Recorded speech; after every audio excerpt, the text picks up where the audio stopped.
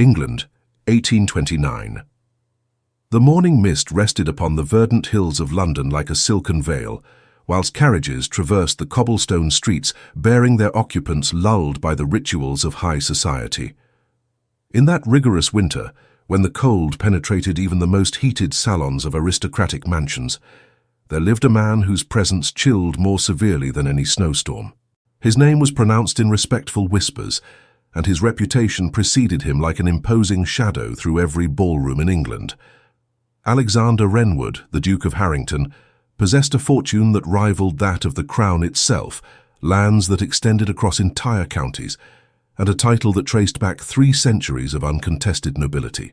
Yet it was not his properties that caused gentlemen to avert their gaze when he entered a room, nor was it merely his wealth that made ladies' hearts flutter with nervous anticipation. It was something far more intangible, far more compelling. Alexander possessed an aura of absolute command, a voice that resonated with unwavering authority, and eyes of such penetrating grey that they seemed to pierce through pretense and falsehood with surgical precision. At 32 years of age, the Duke had perfected the art of emotional distance. He moved through society with the calculated grace of a chess master, each gesture measured, each word carefully selected. His countenance remained perpetually composed, whether discussing matters of Parliament or declining yet another matrimonial proposition from ambitious mammas. He had learned, through years of navigating the treacherous waters of aristocratic society, that vulnerability was weakness, and weakness was unacceptable for a man of his station. The creation of this impenetrable fortress had not occurred overnight. Alexander's childhood had been marked by strict discipline and emotional austerity. His father, the previous duke, had been a man who believed that sentiment corrupted judgment and that affection weakened character. Young Alexander had been raised in isolation from warmth, taught that his value lay solely in maintaining the family's prestigious reputation and expanding its already considerable influence. When his mother had died during his 10th year, his father had forbidden him to weep, stating that dukes did not indulge in such vulgar displays of emotion. Alexander had obeyed. He had buried his grief so deeply that eventually he forgot where he had hidden it. He had transformed himself into precisely what his father demanded: a man of iron will and frozen heart, capable of navigating society's complexities without the inconvenient complications of genuine feeling. When his father passed away 8 years ago, Alexander had assumed the title with the same emotional detachment he applied to all aspects of his existence, never questioning whether this life of carefully maintained distance was truly living at all. The ladies of the ton spoke of him in hushed, reverent tones. They adorned themselves in their finest silks and jewels, hoping to capture even a moment of his attention. They practiced their most winning smiles, their most elegant curtsies, their most charming witticisms. Yet the Duke remained unmoved, observing their performances with the detached interest of one watching actors upon a stage. He understood the game perfectly because he had mastered it long ago. A discreet smile here, a calculated compliment there, and they would surrender their hearts willingly, never knowing they had touched nothing of his own. Lady Caroline Ashford had pursued him relentlessly for 2 entire seasons, deploying every stratagem her considerable beauty and cunning could devise. She had positioned herself strategically at every event he attended, had engineered countless accidental encounters, had even staged a compromising situation that might have forced a proposal from a gentleman of lesser resolve. Alexander had simply walked away, unmoved by her tears and threats, his reputation for coldness only enhanced by the incident. Miss Penelope Hartworth, daughter of an earl and renowned for her musical accomplishments, had attempted to touch his heart through art. She had performed exclusively for him at gatherings, had sent him poetry she claimed to have composed in his honor, had even commissioned a portrait of herself, which she had presented as a gift. Alexander had thanked her politely, hung the portrait in a rarely visited corridor, and never thought of either the painting or its subject again. Countless others had tried and failed, each attempt only reinforcing Alexander's conviction that women were uniformly calculating creatures seeking elevation through marriage, that genuine sentiment was merely a performance designed to manipulate, and that his heart was better kept locked away where it could neither be exploited nor wounded. He had convinced himself that this was sufficient, that the ordered predictability of his existence was not merely acceptable, but preferable. Love, he believed, was a foolish sentiment indulged by poets and dreamers, an affliction that clouded judgment and weakened resolve. He required no such complications in his meticulously arranged life. His days followed precise patterns, mornings devoted to estate management, afternoons to parliamentary responsibilities, evenings to obligatory social appearances. He maintained cordial but distant relationships with his peers, employed servants who knew better than to engage him in unnecessary conversation, and structured his life to minimize any possibility of emotional disruption. Until the evening when everything changed. The winter ball at Lady Pemberton's estate was attended by the finest families in England. Crystal chandeliers cast dancing shadows upon silk-gowned ladies and impeccably dressed gentlemen as they waltzed across polished floors. The air hummed with laughter, gossip, and the subtle orchestrations of matrimonial ambitions. Alexander attended out of obligation rather than desire, his presence fulfilling social expectations whilst his mind remained elsewhere, contemplating estate matters and parliamentary business that awaited his attention. He stood near the marble columns at the periphery of the ballroom, a glass of untouched champagne in his hand, when his gaze fell upon her quite by accident. At first, she appeared merely as another young lady among many, distinguished only by her position at the very edge of the gathering, standing slightly apart from the glittering crowd. But something about her stillness caught his attention in a way that the animated performances of others could not. Arabella Montgomery was not dancing. She was not laughing gaily with friends, nor casting hopeful glances toward eligible gentlemen. She simply stood there, her hands clasped gently before her, watching her younger sister command the attention of every gentleman within proximity. Her gown, a modest creation in pale blue silk, lacked the elaborate embellishments favored by other ladies, yet its simplicity suited her in a manner that the Duke found unexpectedly arresting. What struck Alexander most profoundly, however, was her expression. There was no bitterness in her countenance as she observed her sister's triumph, no envy darkening her features.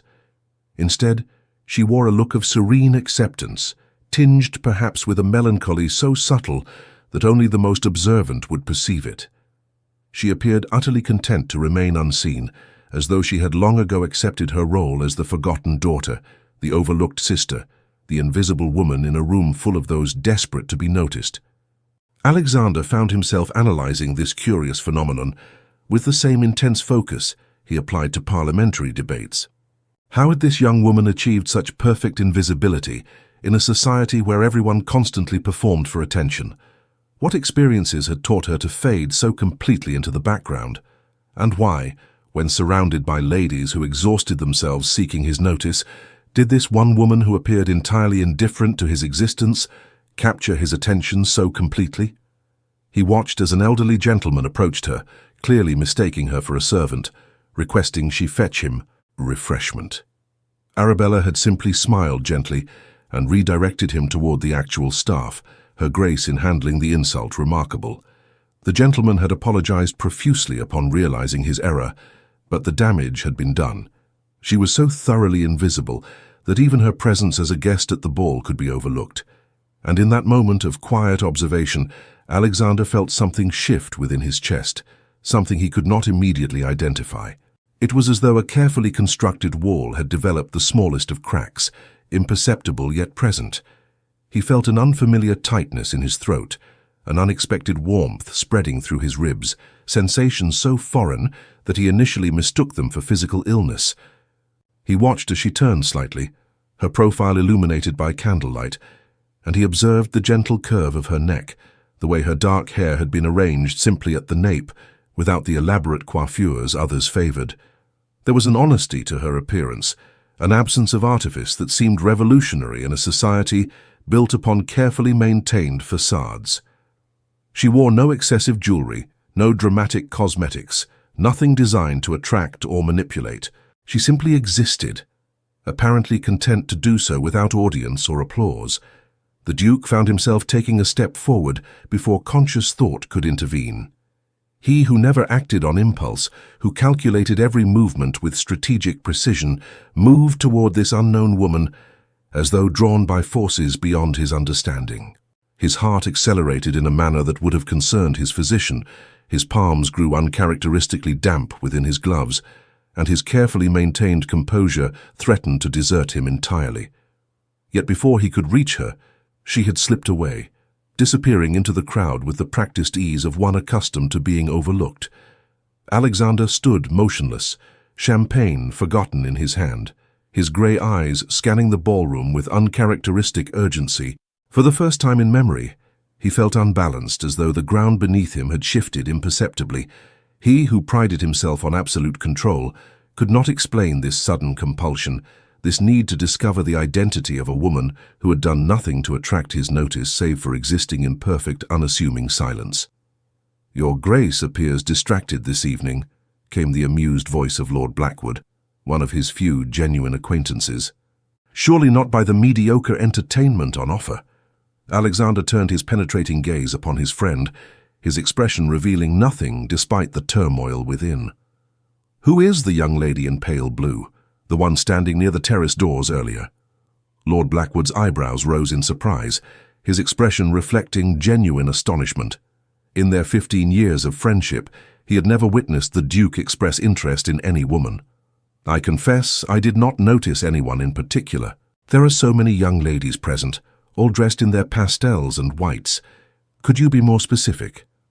The Duke's jaw tightened almost imperceptibly, a subtle indication of frustration visible only to those who knew him well.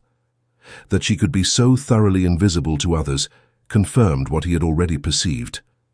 She had perfected the art of being unseen, and he found himself disturbed by how successfully she had accomplished this feat. More disturbing still was his own reaction to her absence, this inexplicable sense of loss for something he had never possessed. "Never mind," Alexander murmured, his voice carrying that edge of authority that discouraged further inquiry. But he could not dismiss her so easily. Throughout the remainder of the evening, his attention wandered repeatedly to the periphery of the ballroom, searching for that pale blue gown, that serene countenance. He caught glimpses of her occasionally, always at the edges, always alone or in the shadow of her vivacious sister. Each time she seemed utterly unaware of his observation, which only intensified his fascination. She did not seek his gaze, did not position herself strategically within his line of sight, did not employ any of the countless tactics he had learned to recognize and dismiss. He observed her refuse an invitation to dance from a young gentleman who clearly regarded the request as charitable obligation rather than genuine interest. She had declined with such grace that the rejection appeared a favor rather than an insult. He watched her fetch refreshment for her sister without being asked, anticipating needs before they were expressed.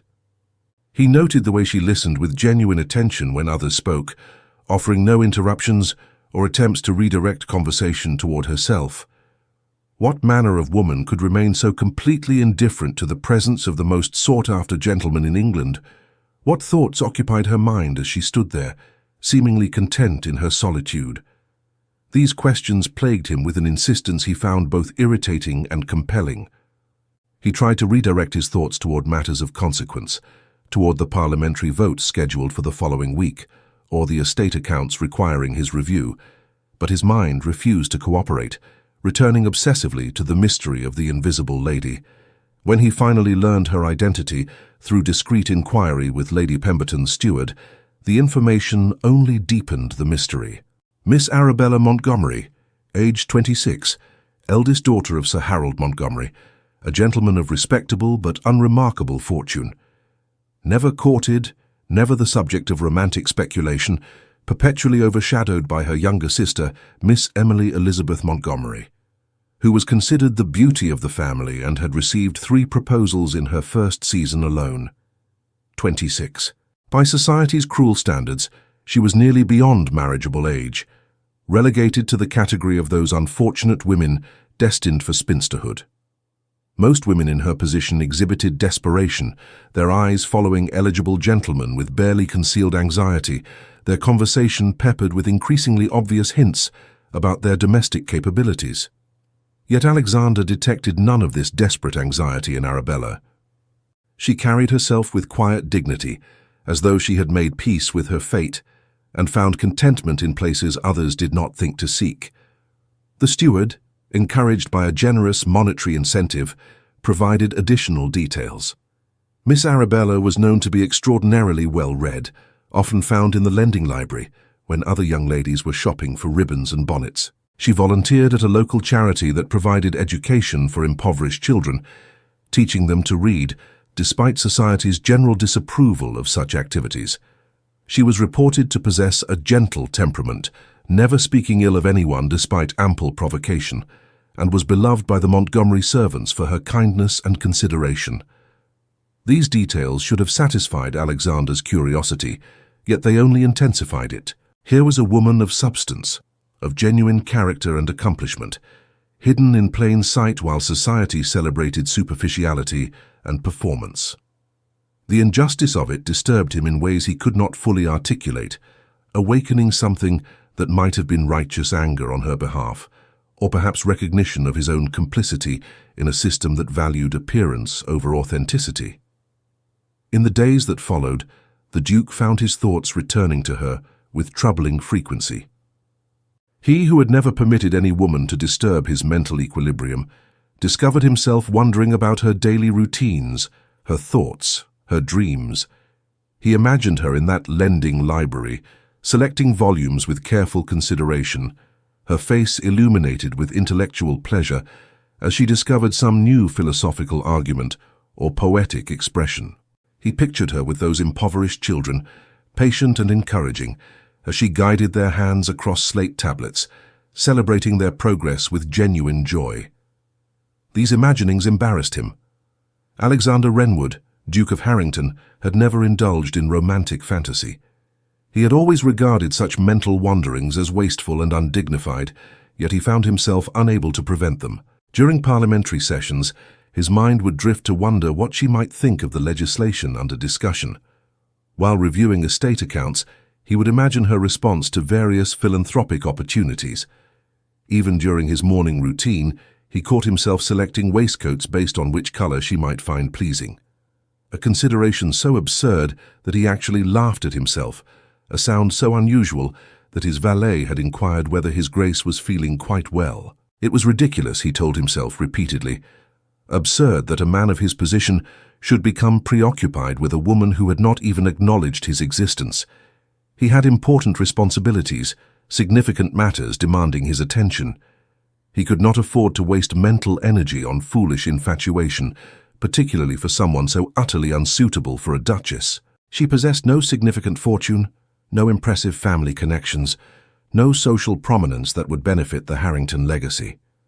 A prudent man would dismiss these thoughts immediately and redirect his matrimonial considerations toward someone appropriate. Yet Alexander discovered that prudence and his heart were no longer in agreement. Pride demanded that he dismiss these peculiar ruminations and return his attention to matters of consequence. Yet pride, that reliable companion that had governed his actions for so many years, found itself challenged by something more potent. For the first time since childhood, Alexander found himself wanting something beyond duty and reputation. He wanted to know this woman, to understand her, to discover whether the connection he felt was genuine or merely the product of novelty and curiosity. 3 weeks passed before Alexander encountered her again, 3 weeks during which he exercised uncharacteristic patience, despite an urgency that surprised him. He had taken to riding through Hyde Park during the unfashionable morning hours, ostensibly for exercise but secretly hoping to glimpse her. His servants had noted the Duke's unusual behavior with carefully concealed astonishment, for their master had never before deviated from his rigidly maintained schedule for any reason, much less for one as frivolous as a morning ride. His head groom had initially questioned whether His Grace truly wished to ride at such an hour, when the park would be nearly deserted, and there would be no one of consequence to observe his excellent horsemanship. Alexander had silenced the inquiry with a look, then felt immediate remorse for his harsh response. The groom had only spoken from long experience of the Duke's preferences, unaware that those preferences had undergone recent, inexplicable revision. On a frost-touched morning, when his breath formed clouds in the cold air and the park lay nearly deserted, save for a few determined riders and early servants conducting errands, he discovered her seated upon a weathered bench beneath a bare oak tree. She held a small volume in her gloved hands, completely absorbed in its pages, apparently oblivious to the cold that made others seek the warmth of their homes. Her cheeks bore the rosy flush of chill air, her breath visible in small puffs as she read, utterly content in her solitary communion with literature. Alexander reined in his horse with more force than necessary, causing the animal to toss its head in protest. He steadied the gelding with practiced ease, while his heart performed acrobatics that would have alarmed him had he paused to consider them. From his elevated position, he studied her for a long moment, observing the way morning light touched her features with unexpected tenderness, the slight furrow of concentration between her brows as she read, the gentle rise and fall of her breath in the frigid air, the unconscious way she occasionally smiled at whatever passage held her attention. She appeared utterly at peace, completely content in her solitary communion with literature. There was something sacred about the moment, something that made him hesitant to intrude upon this private joy. She had found happiness in simplicity, in the pleasure of words and ideas, requiring neither audience nor validation. He envied that contentment, even as he longed to be part of it, to understand what brought that gentle smile to her lips, to share in whatever wisdom or beauty she had discovered within those pages. Yet the desire to speak with her, to finally hear her voice directed toward him, rather than merely overheard in passing, overcame his customary restraint and his reluctance to disturb her peace.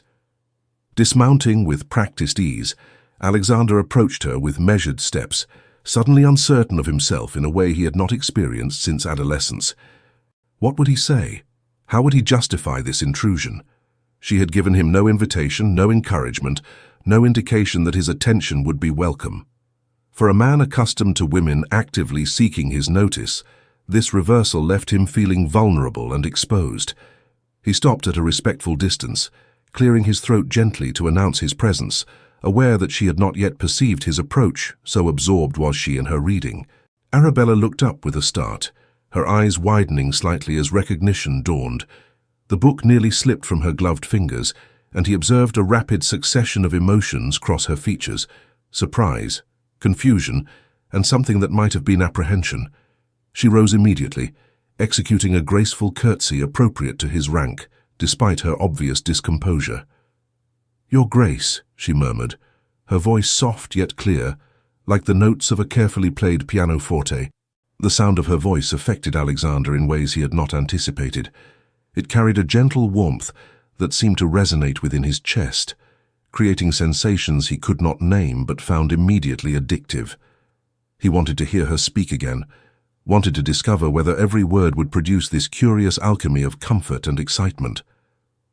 "Miss Montgomery," he acknowledged, struck by the curious sensation that accompanied hearing her speak his title. There was no calculation in her tone, no flirtation or manipulation, simply the respectful acknowledgement one might offer any person of rank. "Forgive my intrusion upon your solitude. I observed you seemed quite engrossed in your reading, and wondered what could possibly prove so compelling on such an inhospitable morning." She glanced down at the volume in her hands, a faint color rising to her cheeks that had nothing to do with the cold. The blush fascinated him, this visible evidence of internal feeling, so different from the carefully controlled expressions he typically encountered. "Milton, Your Grace. I find his verses provide excellent companionship, particularly on mornings such as these when the world seems quiet enough to truly hear them." "Paradise Lost?" Alexander inquired, genuinely surprised. Most young ladies of his acquaintance confined their reading to romantic novels of questionable literary merit, vapid poetry celebrating feminine beauty, or conduct books reinforcing society's restrictive expectations. The few who ventured into more serious literature typically did so as performance, selecting titles designed to impress rather than genuinely engage. "Paradise Regained, actually," she corrected gently, meeting his gaze directly for the first time. Her eyes, he discovered with a sensation akin to physical impact, were a remarkable shade of hazel, containing flecks of gold and green that caught the morning light. They held depths he had not expected, intelligence and feeling existing in harmonious balance. "I confess I find the themes of redemption and restoration more hopeful than those of fall and loss. We have quite enough of tragedy in our daily lives without seeking additional sorrow in our literature.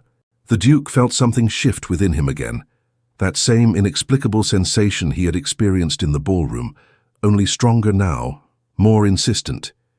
Here was a woman of substance, of genuine thought and feeling, hidden beneath the invisible exterior society had assigned her. She had not selected Milton's work to impress anyone, for she had clearly expected to read in perfect solitude. This was her authentic preference, her genuine intellectual engagement. An interesting perspective, he replied, aware that his usual eloquence had momentarily deserted him, leaving him feeling oddly adolescent and uncertain. Most prefer the dramatic tragedy of the first work, finding in Satan's rebellion and mankind's fall a sort of terrible grandeur. Perhaps, Arabella said softly, her gaze returning to the book in her hands as though seeking refuge there. But I believe we need stories that remind us redemption is possible, that our failures need not define us permanently, that even after great loss we might find restoration. Milton understood that the greater courage lies not in falling grandly, but in rising humbly. There was no self-pity in her words, only a gentle wisdom that spoke of personal struggles overcome through quiet strength. Alexander found himself wanting to know everything about her, to understand what had shaped this remarkable woman who stood before him with such unpretentious grace. What failures had she overcome? What losses had she endured? What had taught her to seek redemption narratives over tragedy? "Might I join you?" he asked, gesturing toward the bench. The request was unprecedented for him. This duke who maintained careful distance from all but his closest associates, who never placed himself in situations that might suggest intimacy or particular interest. Arabella hesitated, clearly surprised by the request, genuine confusion evident in her expression. She glanced around the deserted park, as though seeking explanation for this bizarre situation, perhaps wondering if she had somehow misunderstood his intentions or if this was some elaborate jest at her expense. But good manners prevailed over confusion. "Of course, Your Grace, though I fear I am poor company for one accustomed to more refined society. I have little talent for witty conversation or clever repartee." "On the contrary," Alexander said, settling beside her with a care to maintain proper distance despite an inexplicable desire to move closer, to eliminate the space between them. "I suspect you may prove the most genuine company I have encountered in quite some time. I find myself weary of wit that serves only to display cleverness rather than communicate meaning, of conversation that sparkles on the surface whilst offering nothing of substance beneath." They sat in companionable silence for several moments, an unusual circumstance for the Duke, who typically filled conversational pauses with practiced pleasantries designed to maintain control of social interactions. Yet with her, silence felt not awkward but natural, as though words were unnecessary to establish understanding.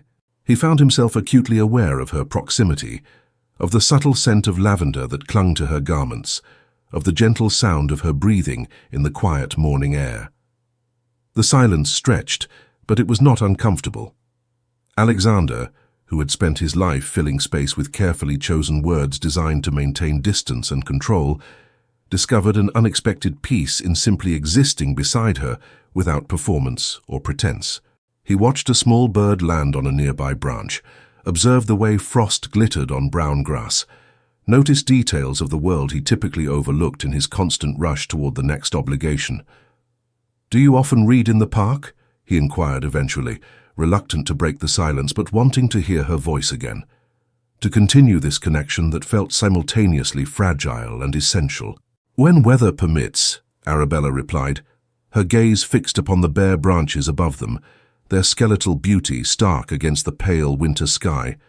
"I find the solitude here conducive to reflection. At home, there is always commotion, always demands upon one's attention. Mama is forever planning social engagements for Emily, Papa concerns himself with matters of finance and property, and the servants bustle about their duties. Here I can simply be myself without expectation or judgment, without needing to be anyone other than who I truly am. And who is that self?" The question emerged before Alexander could consider its boldness, before he could apply his usual filter of careful consideration to his words. Arabella turned to regard him with those luminous eyes, and he saw surprise mingled with something else, something that might have been cautious hope or perhaps fear that hope itself was dangerous. "I scarcely know any more, Your Grace. I have spent so long being invisible, so long being defined by what I am not rather than what I am, that I sometimes wonder if there is anything substantial beneath the surface others refuse to see. Am I truly a person, or merely an absence where a person ought to be?" The admission pierced something deep within Alexander's carefully defended heart. He recognized in her words an echo of his own isolation, though manifested differently. While he had built walls of ice and authority to keep others at distance, she had been forced into invisibility by the cruelty of societal indifference. Both had learned to protect themselves through emotional withdrawal, yet hers had been imposed rather than chosen. "I see you," he said quietly, the words carrying more weight than he intended, more truth than he typically permitted himself to speak. The moment he uttered them, he felt exposed, vulnerable in a way he had not experienced since childhood, as though he had revealed something fundamental about himself that could be used against him. Arabella's breath caught audibly, a sharp intake of surprise that seemed to encompass more than mere shock at his words. For a moment, she appeared vulnerable in a way that made Alexander want to shield her from every hurt the world had inflicted upon her invisible presence, to stand between her and every person who had failed to see her value. Then, as though remembering herself and her place in the established social order, she offered a small, sad smile that broke something within him. "You are very kind, Your Grace, but we both know that gentlemen of your station notice ladies like my sister, not women like myself. I am perfectly at peace with my circumstances, truly I am." "Then perhaps I am not like other gentlemen," Alexander replied with unusual intensity, leaning slightly toward her despite his ingrained habits of proper distance. "No," Arabella agreed softly, studying him with newfound interest, her hazel eyes searching his face as though seeking to read truth written there. "I suspect you are not. The Duke of Harrington is reputed to be cold and distant, yet you sit here on a frozen bench discussing Milton with a woman no one else bothers to notice. That suggests either madness or a complexity your reputation does not encompass." Alexander found himself smiling, a genuine expression that felt strange on features more accustomed to calculated displays or severe neutrality. "Perhaps both. I confess I cannot entirely explain my presence here, only that I find your company remarkably restful. You make no demands, offer no performances, seem entirely content to simply be. That is an extraordinary rarity in my experience." "Because I have nothing to gain," Arabella replied with unexpected frankness. "Women pursue you because you are a duke, because you represent security and status and social elevation. I have long since accepted that such prizes are not meant for women like me, so I need not exhaust myself in futile pursuit. This allows me a certain freedom to simply be myself, inadequate though that self may be." "You are not inadequate," Alexander said firmly, surprised by the vehemence in his own voice. "You are remarkably well read, clearly intelligent, possess genuine kindness and demonstrate admirable strength in maintaining grace despite circumstances that would embitter most. These qualities far exceed the superficial accomplishments society celebrates." Arabella looked at him with wonder, as though he had spoken in a foreign tongue or performed some inexplicable magic. "Your Grace, you hardly know me. How can you possibly make such assessments?" "I am an excellent judge of character," he replied. "It is a skill necessity taught me, and I recognize authenticity when I encounter it, rare though such encounters may be." They spoke for nearly 2 hours, their conversation ranging from literature to philosophy, from observations about society's absurdities to quieter reflections on the nature of happiness and fulfillment. Alexander discovered in Arabella a mind of remarkable depth and sensitivity, combined with a gentle wit that emerged unexpectedly, making him laugh in a way he had not done in years. She challenged his assumptions without confrontation, offered perspectives he had not considered, and listened to his ideas with genuine interest, rather than the calculated attention he typically received. She did not flatter him, did not simper or employ the calculated charm he had come to expect from women seeking his favor. Instead, she spoke to him as an equal, offering opinions that occasionally contradicted his own, yet doing so with such gracious respect that disagreement became dialogue rather than confrontation. When she argued that Milton's Eve deserved more credit for her intellectual curiosity than condemnation for her disobedience, he found himself reconsidering interpretations he had held for years. When she gently questioned whether parliamentary reform should not extend beyond property holders to include all citizens, he discovered perspectives that challenged his comfortable assumptions. More significantly, she asked him questions no one else thought to pose. Not questions about his properties or political influence, but genuine inquiries about his thoughts and feelings. What had inspired his interest in parliamentary service? Did he find fulfillment in his responsibilities? What did he read for pleasure rather than duty? Had he always been so serious, or had circumstances shaped him thus? Her questions unnerved him precisely because they sought to know him as a person rather than a duke, to understand Alexander rather than merely interact with Harrington. He found himself answering with unusual honesty, sharing thoughts and feelings he typically kept carefully guarded, surprising himself with his own candor. When finally they parted, Alexander found himself reluctant to leave, a sensation entirely foreign to his experience. He who typically fled social obligations at the earliest opportunity wished to prolong this encounter indefinitely. The prospect of returning to his empty estate, to his carefully ordered but emotionally barren existence, held no appeal whatsoever.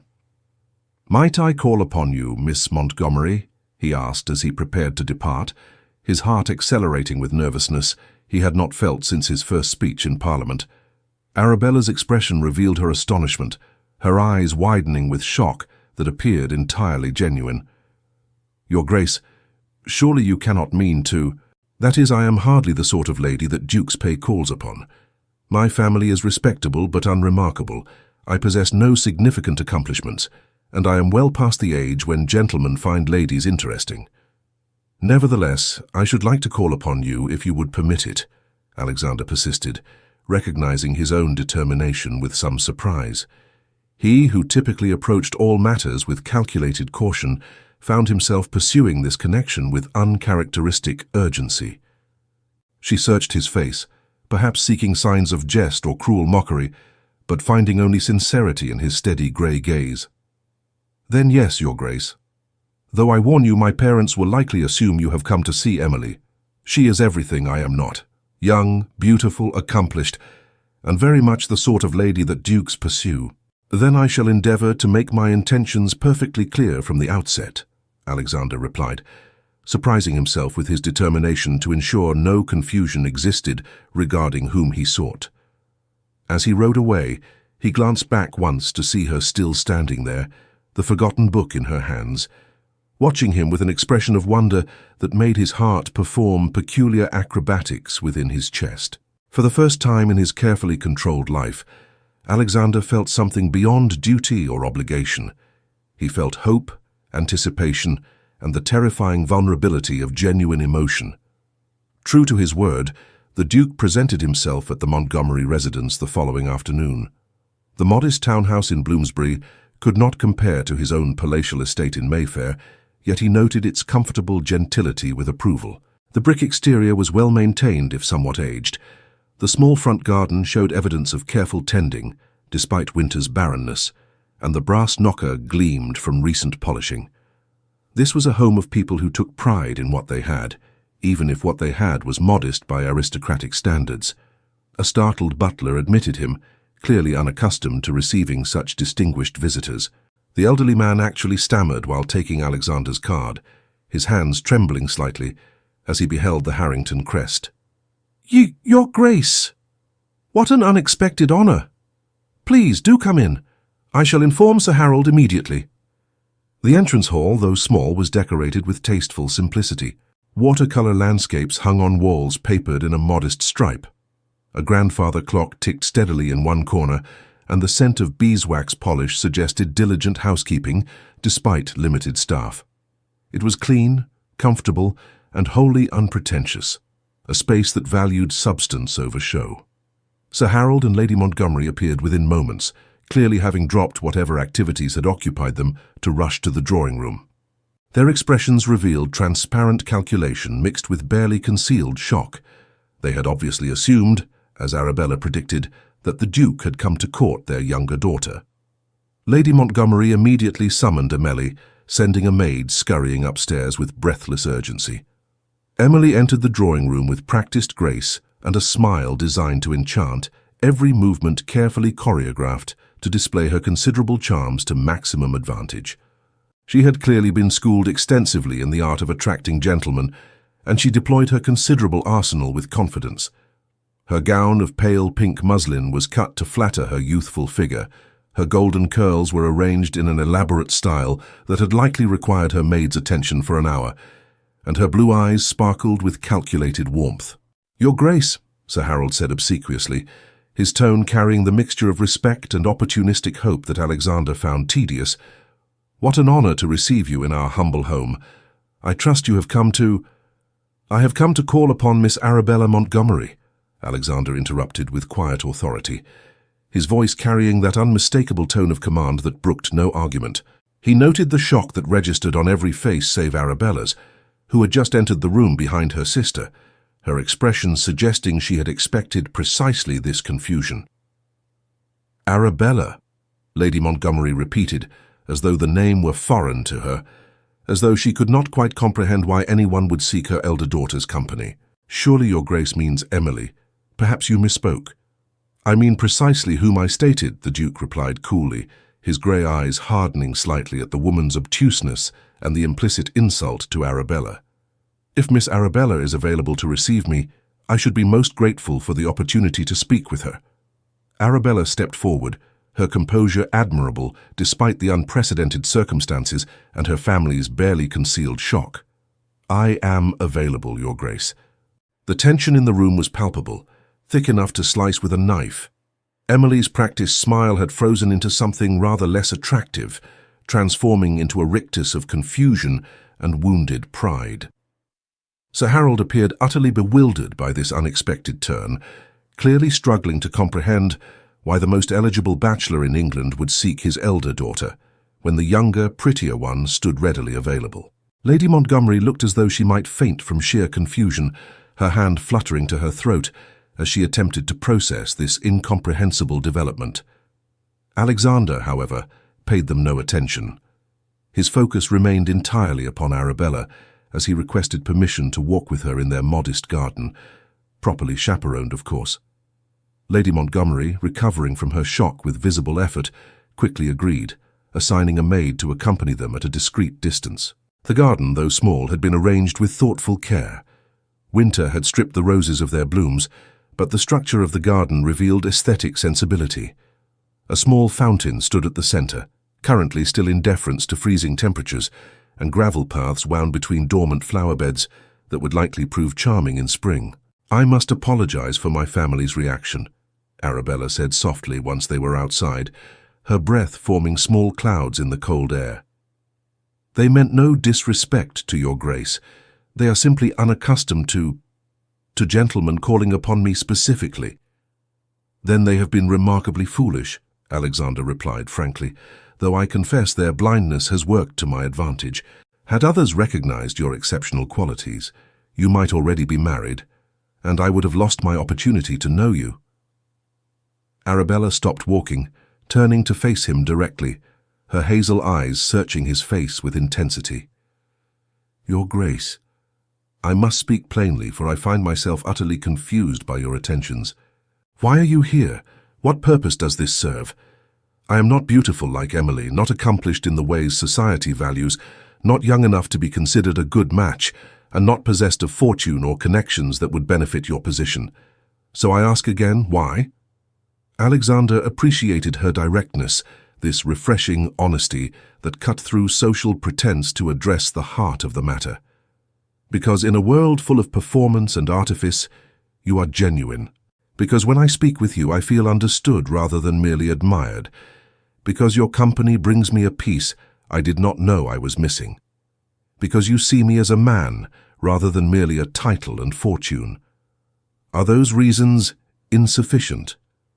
"They are extraordinary reasons," Arabella whispered, tears gathering in her eyes that she blinked back rapidly.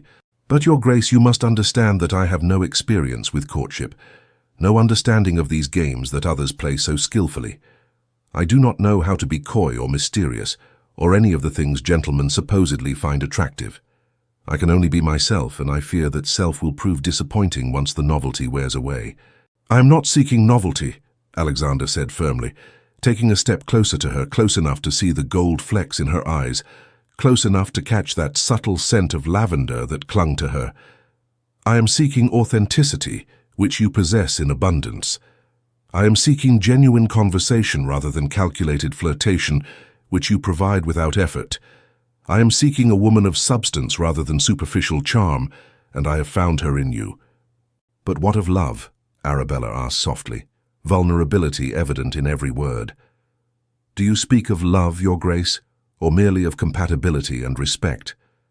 Because I must confess that I could not bear to be married without love, to spend my life as a convenient companion rather than a cherished wife. I have been overlooked for too long to accept being merely tolerated, however graciously.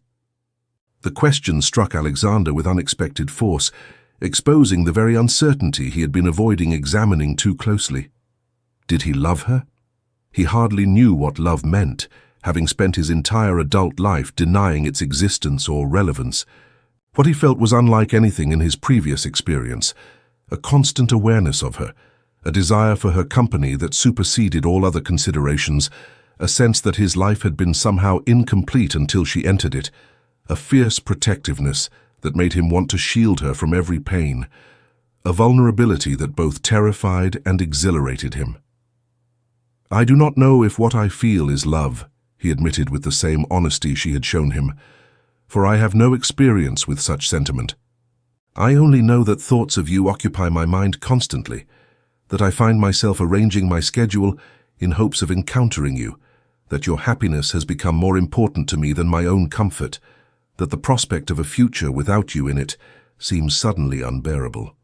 If that is not love, then I do not know what name to give these feelings that have utterly disrupted my carefully ordered existence. Arabella's tears spilled over now, tracking slowly down her cheeks, and Alexander found himself reaching out instinctively to brush them away with gentle fingers, propriety forgotten in the moment's emotion. No one has ever spoken such words to me, she said brokenly. No one has ever wanted me, specifically me, for myself alone. Then everyone else has been blind, Alexander replied, his voice roughening with emotion he no longer tried to suppress. But their blindness is my gain, for it means you are still free to choose. So I ask you, Arabella, will you allow me to court you properly? Will you give me the opportunity to prove that what I feel is genuine and lasting? Will you risk trusting that someone finally sees you for who you truly are? Yes, she whispered. Yes, though I am terrified of the disappointment that may follow. There will be no disappointment, Alexander promised, hoping desperately that he could fulfill that vow, that these unprecedented feelings would prove as enduring as they felt powerful. The courtship that followed was unlike anything London society had ever witnessed. The Duke of Harrington, known for his coldness and emotional distance, pursued Miss Arabella Montgomery with single-minded determination that shocked the ton. He called upon her daily, sometimes twice daily if obligations permitted. He took her driving in Hyde Park during fashionable hours, deliberately ensuring that society witnessed his attentions. He escorted her to the theatre, to concerts, to art exhibitions, always attentive, always focused entirely upon her, rather than acknowledging the stares and whispers that followed them everywhere. The gossip was relentless and often cruel. How could the Duke choose such an unremarkable woman when beauties like Lady Caroline still pined for him? What spell had this aging spinster cast to capture England's most eligible bachelor? Surely this infatuation would pass once he came to his senses and recognized his mistake. But the gossip only strengthened Alexander's resolve. Each unkind word spoken about Arabella only made him more determined to prove society wrong, to demonstrate through his actions that he valued substance over superficiality. He began declining invitations to events where he knew Arabella would not be welcomed or would be treated dismissively. He withdrew his support from certain social figures who spoke disparagingly about her. He made it clear through both word and deed that insulting Miss Montgomery was equivalent to insulting the Duke himself. For Arabella, this period was simultaneously wonderful and terrifying. She blossomed under Alexander's devoted attention, gaining confidence she had never possessed. Her smiles came more easily, her observations grew bolder, and slowly she began to believe that perhaps she was worthy of love after all. Yet fear lingered beneath her happiness, fear that this dream would shatter, that she would wake to find herself once again invisible and alone. Alexander sensed her lingering doubt and worked patiently to dispel it. He shared aspects of himself he had never revealed to anyone: his complicated relationship with his late father, his struggles with loneliness despite being constantly surrounded by people, his growing realization that the life he had built was emotionally barren despite its material comforts. He wanted her to understand that she was not the only one transformed by their connection, that he too was learning and growing and becoming someone new. They spent hours in conversation, discovering shared interests and complementary differences. She introduced him to poets he had never read, philosophers he had dismissed, perspectives he had never considered. He exposed her to political debates, economic theories, and the complex realities of managing vast estates and responsibilities. They challenged each other intellectually while supporting each other emotionally, creating a partnership that transcended typical courtship conventions. Alexander also made efforts to understand Arabella's world beyond their private conversations. He accompanied her to the charity school where she taught, watching with growing admiration as she patiently guided small hands across slate tablets, celebrating each child's progress with genuine joy. The children adored her, crowding around her with excited chatter, and Alexander saw in their unself-conscious affection a reflection of the love she deserved but had been denied by society's arbitrary standards. "You are remarkable with them," he observed after one such visit, as they walked back to her home. "They are easy to love," Arabella replied simply. "They have no pretense, no judgment, no concern for status or appearance. They simply want to learn, to grow, to become more than circumstance might otherwise allow them. How can one not adore such pure ambition?" "You see yourself in them," Alexander realized suddenly. "You understand what it means to be overlooked based on circumstances beyond one's control." "Perhaps," Arabella admitted, "but more importantly, I believe everyone deserves the opportunity to be seen, to be valued, to reach their potential regardless of birth or fortune. These children have as much right to education and opportunity as any aristocrat's offspring." Her passion on this subject stirred something within Alexander, a desire to use his considerable influence toward more meaningful purposes than merely maintaining tradition and accumulating wealth. What if we could expand the school? What if we could create more such opportunities? Arabella's eyes widened with hope and excitement. "Do you truly mean that, or are you simply being kind?" "I mean it absolutely," Alexander assured her. "I have resources and influence that I have used primarily for my own benefit, or to maintain systems that advantage people like myself. What if I could deploy those resources towards something genuinely meaningful? Would you help me understand how to do so effectively?" And thus began a partnership that extended beyond romance into shared purpose. They began planning together, envisioning ways to create educational opportunities for children who would otherwise be denied them, discussing how to challenge societal structures that arbitrarily limited human potential based on birth rather than ability. These conversations deepened their connection, moving beyond personal attraction into genuine partnership. Alexander discovered that love was not merely feeling but action, not simply emotion, but shared commitment to purposes larger than oneself. Arabella discovered that being valued meant being consulted, being trusted with important decisions, being treated as an equal partner rather than a decorative possession. Yet amid this deepening connection, Alexander still hesitated to speak of marriage. Some part of him, that deeply ingrained caution learned through years of emotional self-protection, resisted taking the final step toward complete vulnerability. What if he proposed and she rejected him? What if marriage changed what they had, introducing obligations and expectations that destroyed the easy intimacy they had developed? What if society's relentless criticism eventually convinced her she had made a mistake in accepting him? These fears were irrational. He recognized that intellectually. Yet knowing fears are irrational does not eliminate them, and Alexander found himself paralyzed between desire and apprehension. The turning point came on an evening in early spring, When the garden at Harrington Manor had begun to wake from winter's sleep, Alexander had invited Arabella to view his extensive rose gardens, which were legendary throughout England. She had accepted with quiet pleasure, accompanied by her maid as propriety demanded, though by this point society had largely accepted that the Duke's courtship was serious and enduring. As they walked among the budding plants, Alexander found himself studying her profile in the fading light. Spring had dressed her in soft green muslin that complemented her coloring beautifully, and the gentle evening air had brought color to her cheeks and a glow to her eyes. She paused occasionally to examine a particularly beautiful specimen, her expression reflecting pure appreciation, untainted by any desire to possess or display. She loved beauty for its own sake, not for what it might reflect upon her, and that genuine appreciation moved him deeply. "You are very quiet this evening, Your Grace," Arabella observed, turning those remarkable eyes upon him. "Have I said something to displease you?" "On the contrary," Alexander replied, "I am contemplating a matter of some significance and trying to summon courage I apparently do not possess." "You? Lacking courage?" Arabella smiled gently. "The Duke who faces down hostile parliamentary opposition without flinching, who defied all society's expectations in pursuing me, who stands unmoved before criticism that would devastate lesser men. What could possibly require courage beyond what you already demonstrate daily?" "This," Alexander said simply, and withdrew from his pocket a small velvet box. Arabella's breath caught audibly as understanding dawned.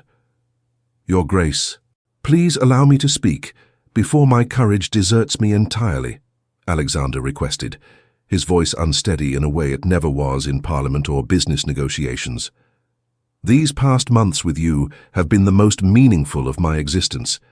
You have shown me that there is more to life than duty and reputation, that vulnerability need not be weakness, and that the heart I believed frozen was merely waiting for the right person to thaw it." He opened the box to reveal a ring of extraordinary beauty, a large emerald surrounded by diamonds, set in platinum.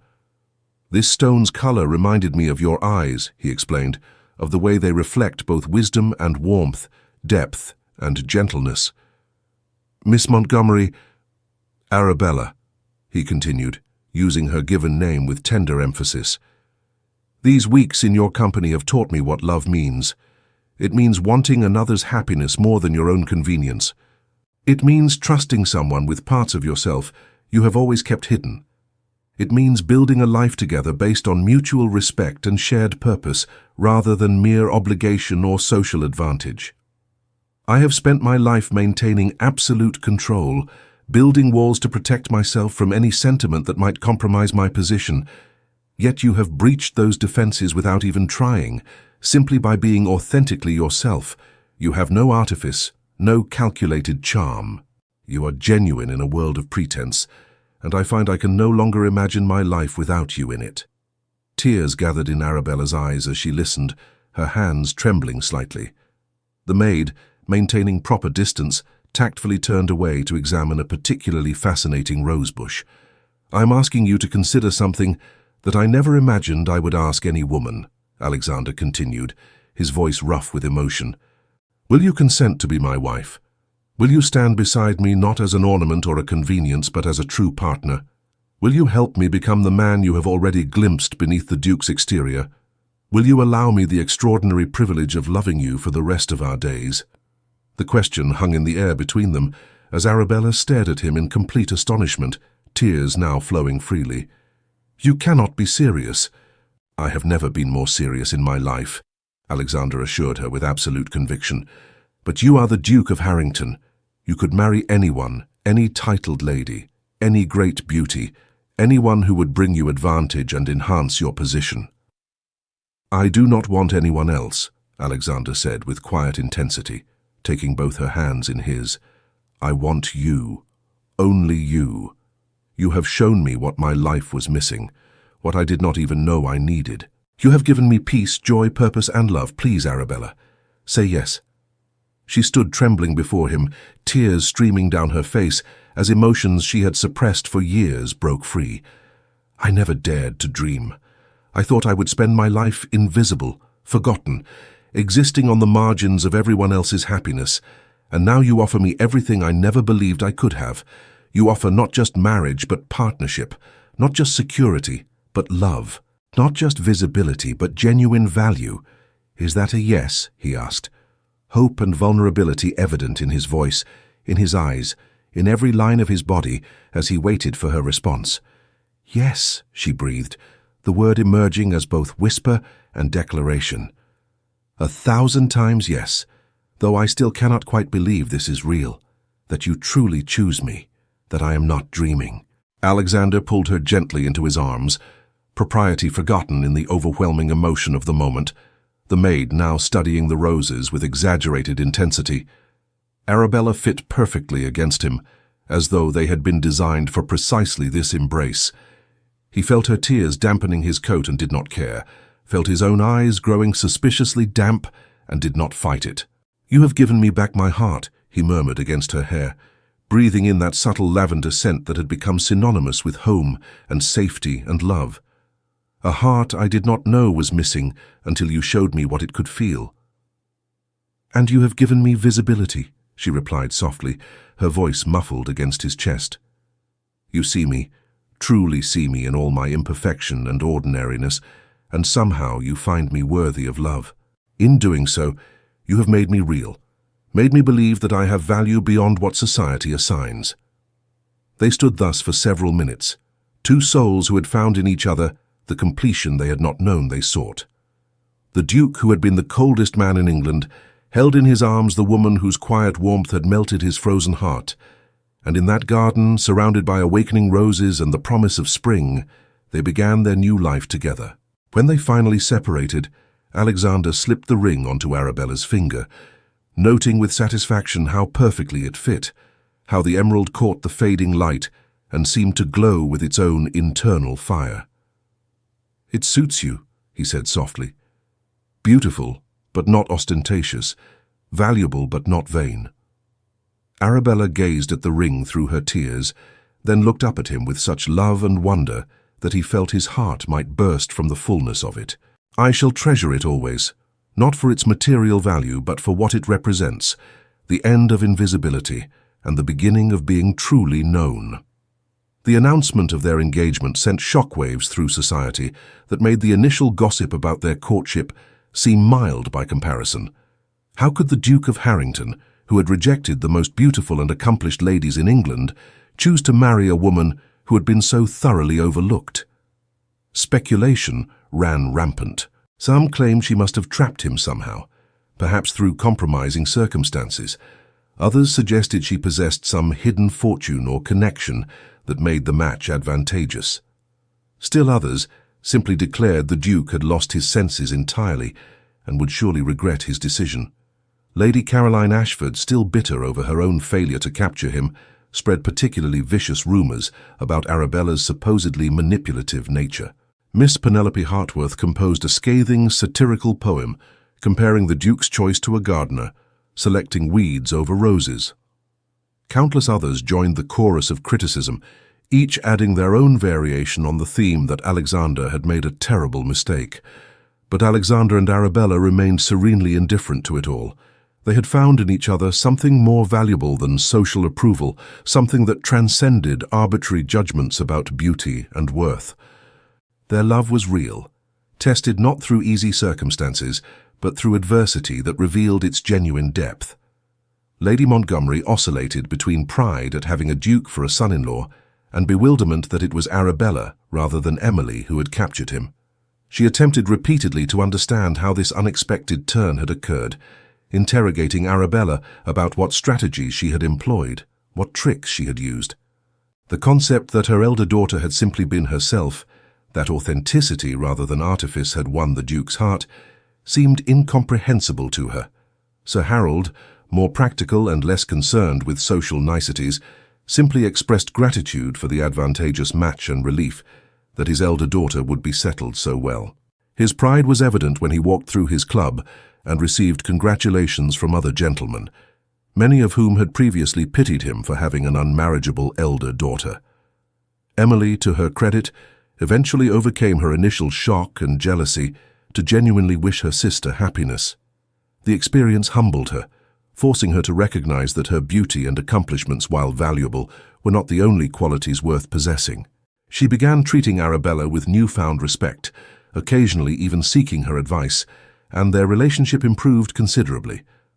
The wedding was planned for June, allowing time for proper arrangements and giving society opportunity to adjust to this unprecedented union. Alexander involved himself in every detail, wanting Arabella to have precisely the wedding she desired, rather than the elaborate spectacle society might expect. They selected readings together, chose music that held meaning for both of them, designed a ceremony that reflected their values rather than merely their status.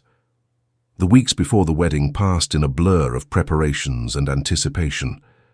Alexander found himself counting hours until he could see Arabella again, marking time by their meetings rather than by his usual schedule of obligations.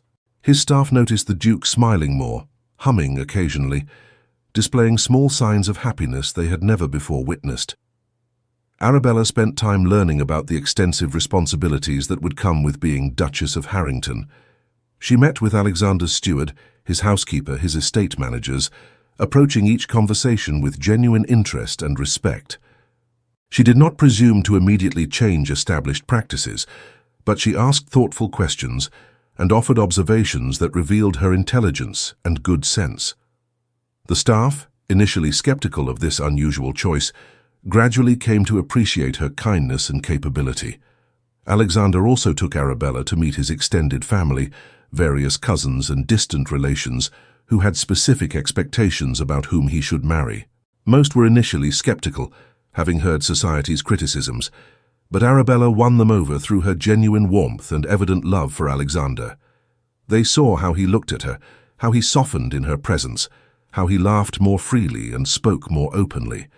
They recognized that whatever society might think, their famously cold cousin had found genuine happiness. The wedding took place on a perfect June morning in the ancient chapel on the Harrington estate.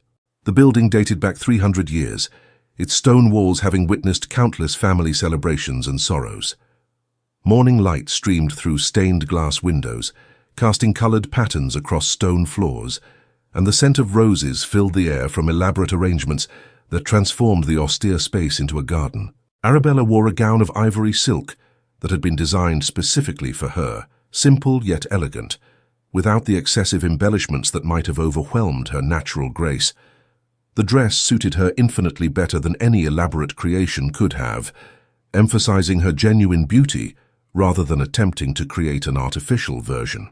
Her dark hair was dressed simply with fresh flowers, and she wore the emerald ring Alexander had given her, along with a pearl necklace that had belonged to his mother. As she walked down the aisle toward Alexander, accompanied by her father, she no longer felt invisible. Every person present watched her progress, but more importantly, Alexander's eyes held hers with such open love and devotion that everyone present could witness the transformation that had occurred in the once cold Duke.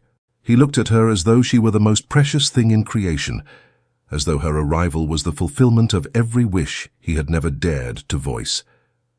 For his part, Alexander felt his breath catch as he watched her approach. She was beautiful, genuinely beautiful, in ways that transcended conventional standards. She radiated quiet joy, serene confidence, and pure love. And seeing her move toward him through the shafts of colored sunlight, he understood that he was receiving a gift beyond his deserving. When she reached him, Sir Harold placed her hand in Alexander's with visible emotion. "Take care of her, Your Grace," he said quietly. "She deserves every happiness." "I shall devote my life to ensuring she receives it," Alexander promised solemnly. The ceremony proceeded with traditional solemnity, but the emotions involved were anything but conventional. When they exchanged vows, Alexander's voice held none of its customary authoritative distance. Instead, he spoke with tender sincerity, promising to cherish and honor the woman who had saved him from a life of emotional isolation.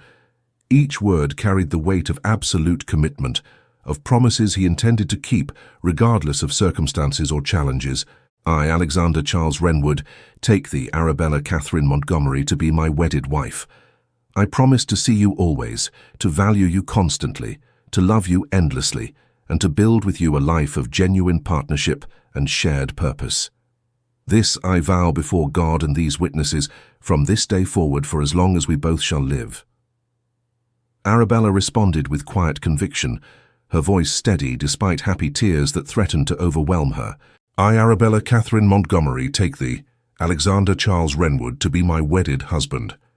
I promise to stand beside you faithfully, to challenge you when wisdom requires it, to support you in all worthy endeavors, and to love you not for your title or fortune, but for the man you truly are. This I vow before God and these witnesses, from this day forward, for as long as we both shall live." When the vicar pronounced them husband and wife, Alexander kissed his bride with a tenderness that brought tears to many eyes. It was not a perfunctory kiss of duty, but an expression of genuine love and commitment that made their feelings unmistakably clear to everyone present. The cold duke was gone, replaced by a man capable of profound emotion, transformed by the love of a woman society had deemed unworthy. The wedding breakfast that followed was elegant but warm, filled with genuine celebration rather than merely social obligation. Alexander and Arabella moved through their guests together, thanking everyone for their presence, but they remained always connected, hands touching frequently, sharing private smiles, existing in their own world, even while fulfilling public duties. During the toasts, Lord Blackwood rose and spoke with unusual emotion. "I have known Alexander for 15 years, and I had concluded that the warmth and joy I witnessed in my own marriage would forever be denied to my friend. I believed he was too guarded, too wounded by his upbringing, too committed to emotional isolation to ever permit love into his life. I am delighted to have been proven wrong. Miss Montgomery, that is, the Duchess of Harrington, has accomplished what I thought impossible. She has revealed the good man hidden beneath the cold exterior, and in doing so, she has given my friend the greatest gift possible, the ability to feel deeply and love completely. To the Duke and Duchess, may your happiness increase with each passing year." The sentiment was genuine, and Alexander found himself genuinely moved by his friend's words. He squeezed Arabella's hand beneath the table, and she returned the pressure, their private communication requiring no words. Their life together proved the truth and depth of their love. Alexander, once considered the coldest man in England, became known for his surprising warmth and humanity. He smiled more readily, laughed more freely, and treated those around him with a kindness that astonished his former acquaintances. The servants at Harrington Manor, who had served him dutifully but without affection, gradually came to genuinely care for their employer as they witnessed his transformation. Arabella, once invisible, became beloved throughout their estates for her gentle compassion and genuine interest in the welfare of all who depended upon them. She learned the names of every servant, inquired after their families, ensured that their working conditions were fair and their wages adequate. She established schools on each of the Harrington properties, providing education for children who would otherwise have none. She created lending libraries, organized charitable activities, and generally deployed the considerable resources now at her disposal toward meaningful purposes. Together, they formed a true partnership. Alexander consulted Arabella on matters of estate management and even parliamentary business, valuing her perspective and insights. She brought to his attention issues he might otherwise have overlooked, particularly regarding how policies affected those without power or voice. He introduced her to influential figures who could help advance their shared philanthropic goals, using his position to amplify her voice and vision. They worked together on the expanded charity school, which grew from a single modest building to a network of institutions across their properties. They established scholarship programs allowing talented children of limited means to pursue advanced education. They funded research into improved agricultural techniques that could help tenant farmers become more prosperous. They supported artists and writers whose work might otherwise have gone unrecognized. Their efforts were not universally applauded. Some members of society criticized them for overstepping their appropriate role, for concerning themselves with matters that should be left to each individual's proper station. Lady Caroline, still bitter, declared that the Duke had become weak and sentimental, allowing his unfortunate wife to lead him into foolish philanthropy. But Alexander and Arabella remained undeterred, understanding that meaningful change often faced resistance from those invested in maintaining existing structures. They had 4 children over the years, 2 sons and 2 daughters, each one raised to value character over appearance, substance over status. Alexander proved a surprisingly devoted father, involved in his children's lives in ways his own father never had been. He read to them, played with them, answered their endless questions with patience and care. He wanted them to know they were loved unconditionally, that their value lay in who they were rather than what they achieved. Arabella mothered with the same gentle wisdom she brought to everything else. She was patient but firm, affectionate but not indulgent, ensuring their children understood both privilege and responsibility. She taught them to read early, to think critically, to question assumptions, to treat everyone with respect regardless of station. Together they created a family culture dramatically different from the cold formality that had characterized Alexander's upbringing. Harrington Manor, once austere and intimidating, became warm and welcoming. Laughter echoed through halls that had previously known only stern silence. Children's artwork hung in formal spaces, and family dinners featured lively conversation rather than rigid protocol. In the evenings, long after their children had been tucked into bed, the Duke and Duchess of Harrington could often be found in their library, reading together in comfortable silence or engaged in spirited discussions about literature, philosophy, and life.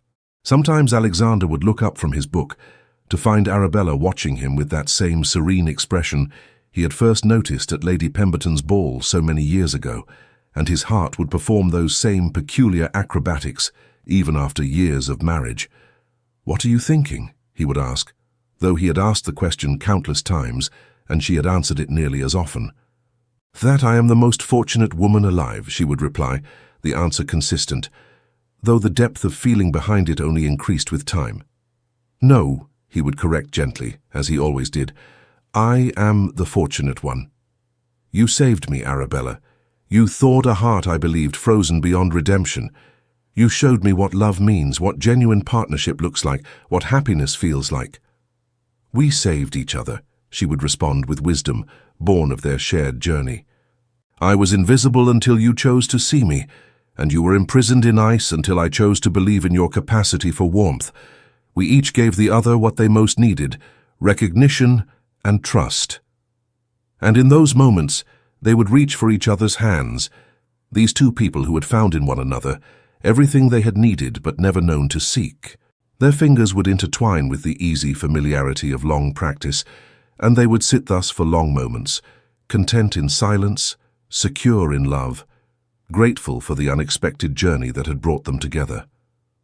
Years passed, and their love only deepened, acquiring layers and textures that only time can provide. They weathered challenges together, the death of Sir Harold, difficult parliamentary battles, the inevitable worries that come with raising children, financial pressures during poor harvest years.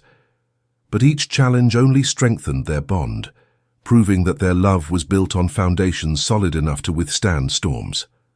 When Alexander was elderly, his hair silver and his face lined with time, he still looked at Arabella with the same wonder he had felt that first morning in Hyde Park. The passage of years had only made her more beautiful to him, her face more dear because it reflected their shared history, every line earned through laughter or tears they had experienced together. And she, her own beauty, matured into something even more radiant than youth, still saw in him the man behind the title, the tender heart beneath the aristocratic bearing.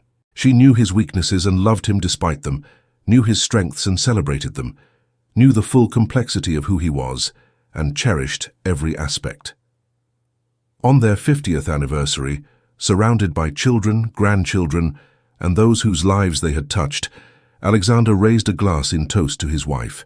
His hand trembled slightly with age, but his voice remained strong, carrying the same authority that had once intimidated so many.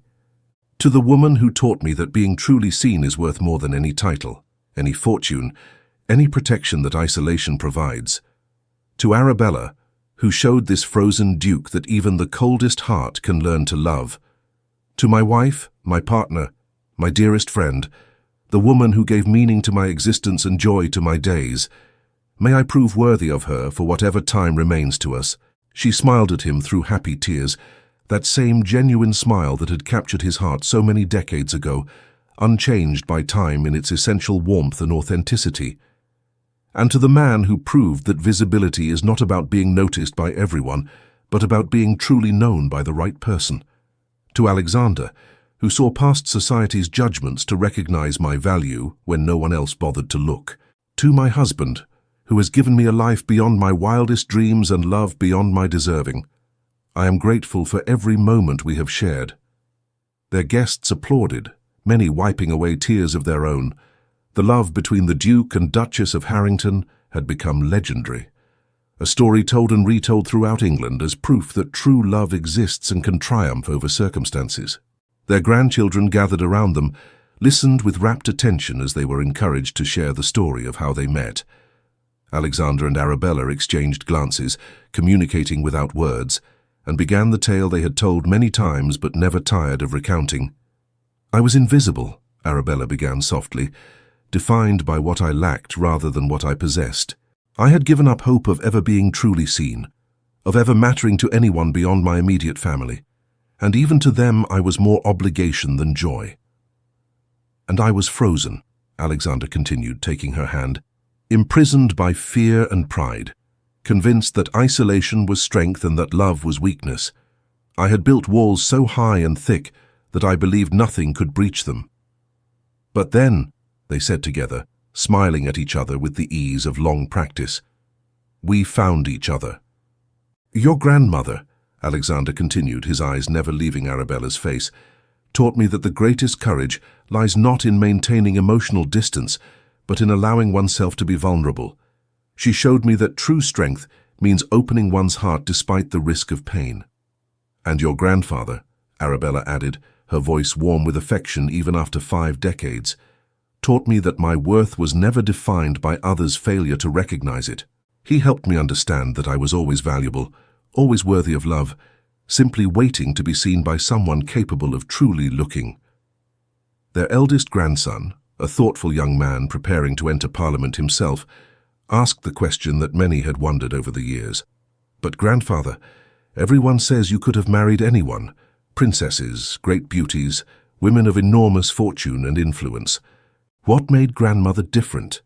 What made you choose her when society expected something else entirely? Alexander was quiet for a moment, gathering thoughts shaped by decades of reflection. Society expected me to choose based on calculations of advantage, beauty that would produce attractive heirs, connections that would expand my influence, fortune that would increase my wealth. But none of those considerations addressed the fundamental emptiness of my existence. I had everything except the one thing that truly matters, someone with whom to share life authentically. He squeezed Arabella's hand, feeling the familiar comfort of her presence. Your grandmother was different because she was genuine in a world of pretense. She spoke truth when others offered flattery. She challenged me intellectually when others merely agreed with everything I said. She saw me as a man rather than merely a duke, a person with feelings and flaws rather than simply a title and fortune. In her presence, I could be myself rather than the role I had been trained to perform. But more than that, he continued, his voice growing softer with emotion, she needed me to see her as much as I needed her to see me. We completed each other not because we were perfect, but because our imperfections fit together. She gave me warmth, and I gave her visibility. She taught me to feel, and I helped her recognize her own worth. Our love was not about what we could gain from each other, but about what we could become together. Arabella added her own perspective, wanting their grandchildren to understand both sides of the story. I think many people misunderstood what attracted your grandfather to me. They assumed there must be some hidden calculation, some secret advantage I offered. But the truth was simpler and more profound. We understood each other. We had both experienced isolation, though in different forms. He had isolated himself behind walls of ice, and I had been isolated by society's indifference. We recognized in each other the loneliness we had each endured, and we offered each other the antidote, genuine connection. Their youngest granddaughter, a romantic girl of 16, sighed wistfully. It sounds like a fairy tale. The cold duke and the invisible lady finding true love. It was better than a fairy tale, Arabella replied with gentle wisdom, because it was real. Fairy tales end at the wedding, suggesting that love conquers all and nothing difficult follows. But real love is tested by time and circumstance. Your grandfather and I have weathered 50 years together, years that included joy and sorrow, triumph and disappointment, ease and struggle. Our love endured not because it was perfect, but because we chose each other anew each day, even when choosing each other was difficult. Alexander nodded in agreement. Love is not a single moment of recognition or a grand romantic gesture, though those have their place. Love is the daily choice to see your partner truly, to honor them, to work through disagreements respectfully, to support their dreams, to forgive their failures, to celebrate their successes. It is built through countless small moments of kindness and consideration, through years of showing up for each other regardless of convenience. He looked around at their assembled family, children who had grown into admirable adults, grandchildren who represented the future, friends whose lives had been enriched by their love. Your grandmother and I have been blessed beyond measure, not merely in our love for each other, but in what that love has allowed us to create. These schools and charities, these opportunities we have provided, this family we have nurtured, none of it would exist if we had married according to society's expectations rather than our heart's wisdom. One of their sons, the younger one who had inherited his father's serious demeanor but his mother's compassionate heart, raised his own glass. To parents who taught us by example what love truly means, you showed us that titles and wealth mean nothing if the heart remains empty, that true nobility lies in character rather than birth, and that the best legacy we can leave is not material fortune, but the example of lives well lived and love well shared. The celebration continued late into the evening, filled with music and laughter, stories and reminiscences. But eventually the guests departed. The candles burned low, and Alexander and Arabella found themselves alone in their private sitting room, as they had been countless evenings before. Alexander helped Arabella into her favorite chair near the fire, noting with tender concern how she moved more slowly now, how arthritis had stiffened her joints despite the best medical care available. He settled into his own chair beside hers, and they sat in comfortable silence watching flames dance across logs. 50 years, Arabella said softly, breaking the peaceful quiet. Sometimes it feels as though it has been forever, and sometimes it seems like yesterday that we met in Lady Pemberton's ballroom. Do you remember how frightened I was that first time you called upon me? I was certain you had made a mistake, that you would realize your error and withdraw your attentions. I remember, Alexander replied, his voice rough with emotion. I also remember my own fear, terror that you would reject me, that this unprecedented feeling I had discovered would be dismissed, that I would return to that cold, empty existence I had endured before knowing you. I had never needed anything before meeting you, had never felt vulnerable or exposed. You taught me that needing someone is not weakness, but the greatest strength. We were both so broken, Arabella reflected. You by your upbringing and your determination never to be hurt, and I by society's relentless message that I had no value. Separately, we would have remained trapped in our respective prisons. Together, we found freedom. Do you have any regrets? Alexander asked, a question he had never posed before, though he had sometimes wondered. Your life could have been quieter, simpler, without the burdens that came with being Duchess of Harrington. You could have found contentment in a smaller sphere, without the public scrutiny and criticism you endured. Arabella turned to look at him directly, her hazel eyes, still beautiful despite the years, still containing those flecks of gold that had first captivated him, filled with absolute certainty. Not a single regret. Yes, there were challenges. Yes, there were times when society's cruelty wounded me. Yes, the responsibilities were sometimes overwhelming. But I would endure it all again, every difficult moment, every criticism, every challenge, for the privilege of loving you and being loved by you. You gave me a life of meaning and purpose. You gave me family and home. Most importantly, you gave me yourself. The real you, not the cold facade you showed the world. How could I regret the greatest gift I have ever received? Alexander felt tears prick his eyes, something that still occasionally surprised him, even after decades of emotional thawing. I love you, Arabella. I have loved you since that morning in Hyde Park when I first truly spoke with you, Though I lacked the wisdom to name it then, I will love you until my last breath, and if there is anything beyond this life, I shall love you there as well." "And I love you, Alexander," she replied, reaching across the space between their chairs to take his hand. "You are the answer to prayers I never dared to speak, the fulfillment of dreams I told myself were foolish. You made me believe in my own worth, and in doing so you gave me the foundation for everything good in my life." They sat thus until the fire burned to embers, hands clasped, hearts united, two souls who had found in each other the completion that had eluded them separately. Eventually, Alexander helped Arabella to bed, a nightly ritual they had maintained throughout their marriage, these small acts of care and tenderness that expressed love more eloquently than grand gestures ever could. As they lay together in the darkness, Arabella's head resting on Alexander's shoulder as it had for 50 years, she whispered, "Thank you for seeing me. Thank you for teaching me to feel," he whispered back. And in the morning, when sunlight streamed through their windows and their long-serving maid brought morning tea, she found them still entwined, having passed peacefully in the night, together even in death as they had been in life. The news of their simultaneous passing spread throughout England, carried by those who had known them and those who had only heard their story. It was unprecedented, remarkable, the kind of ending that poets would celebrate and romantics would sigh over. The cold Duke and the invisible lady, united in love for 50 years, had departed this world together, neither willing to exist without the other. Their funeral was attended by hundreds, family, friends, servants, and countless others whose lives they had touched through their philanthropic work. The charity schools they had founded closed for a day of mourning. The children they had taught and supported came to pay respects to the lady who had believed in them when no one else did. The tenants from their estates travelled long distances to honour the Duke and Duchess who had treated them with fairness and compassion. During the service, their eldest son spoke eloquently of parents who had exemplified love in its truest form. They taught us that love is not about possession or control, but about mutual respect and shared growth. They showed us that true partnership means celebrating each other's strengths while supporting each other through weaknesses.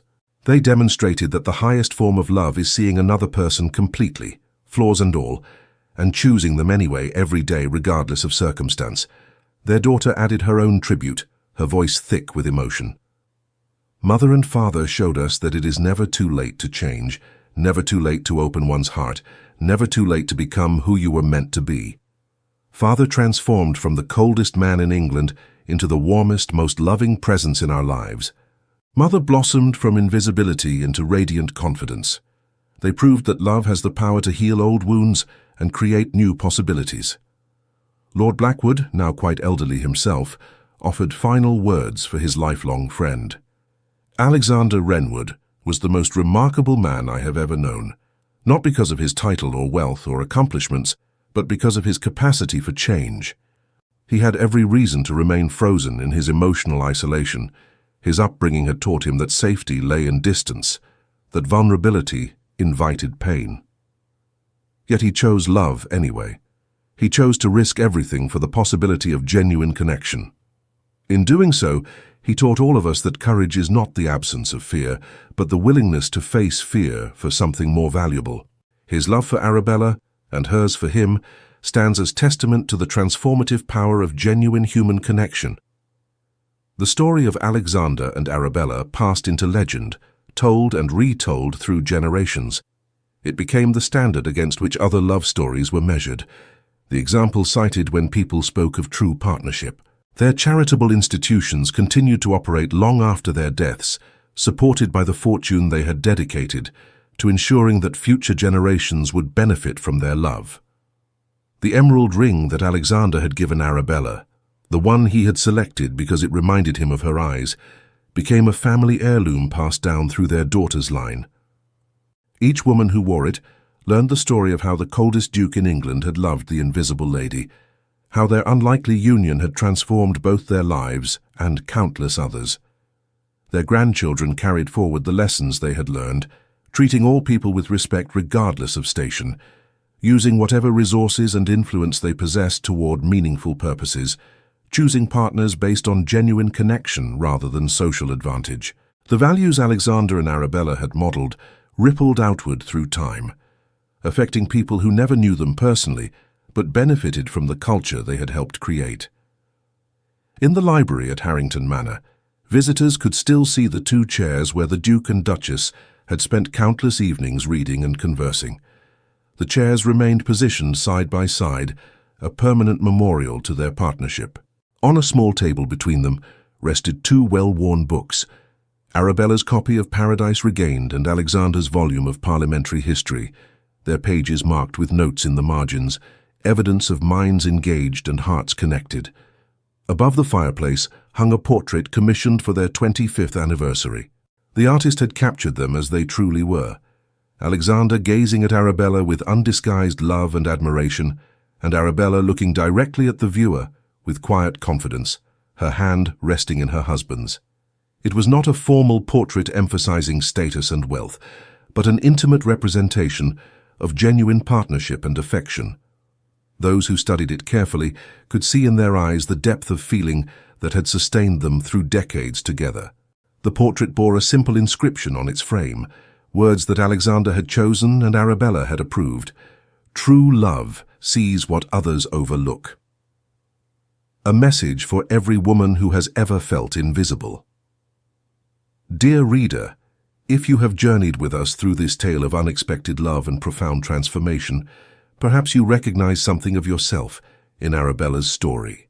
Perhaps you too have felt overlooked, undervalued or invisible in a world that celebrates only certain kinds of beauty and worth. Perhaps you have wondered if anyone would ever truly see you, truly value you, truly choose you for yourself alone. Know this with absolute certainty. Your value is not determined by others' failure to recognize it. Like Arabella, you possess depths and strengths and beauty that transcend surface appearances and superficial judgments. The right person will see you, truly see you, and in that recognition, you will discover that you were never invisible at all. You were simply waiting to be seen by someone worthy of the privilege. Your worth is inherent, not assigned. It does not depend on meeting arbitrary standards of age or appearance or accomplishment. It does not require validation from those who are too shallow to perceive genuine value. You are enough, exactly as you are in this present moment.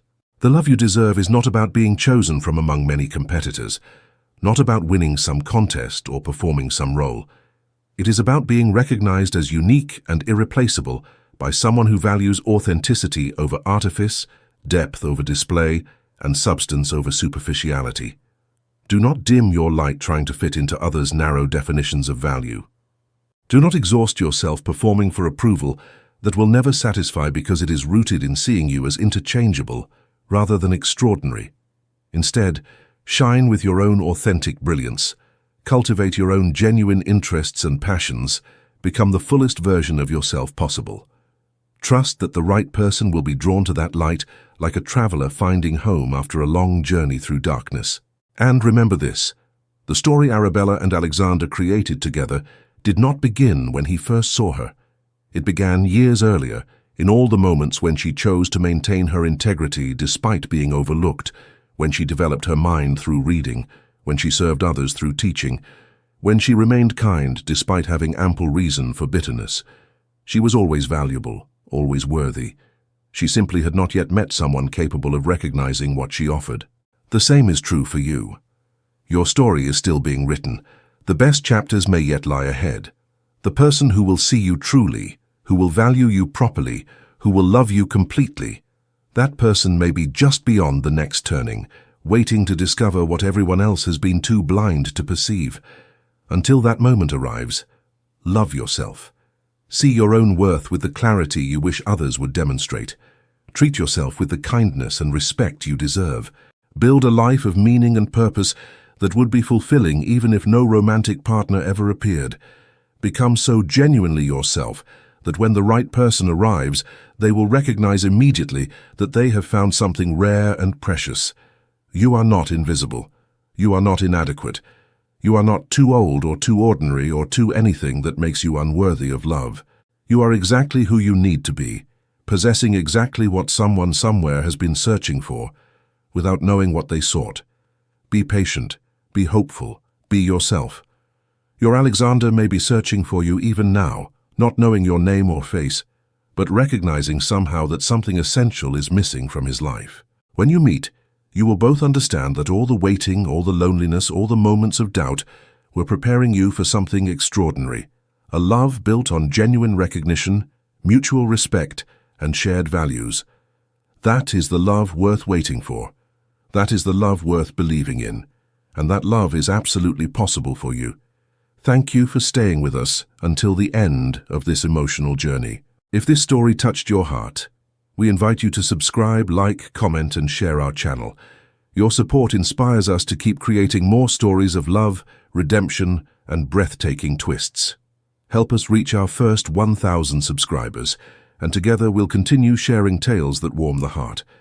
At the end of this video, you'll see a suggestion for another of our historical stories. Click and let yourself be enchanted by another unforgettable tale. With all our gratitude, echoes of romance.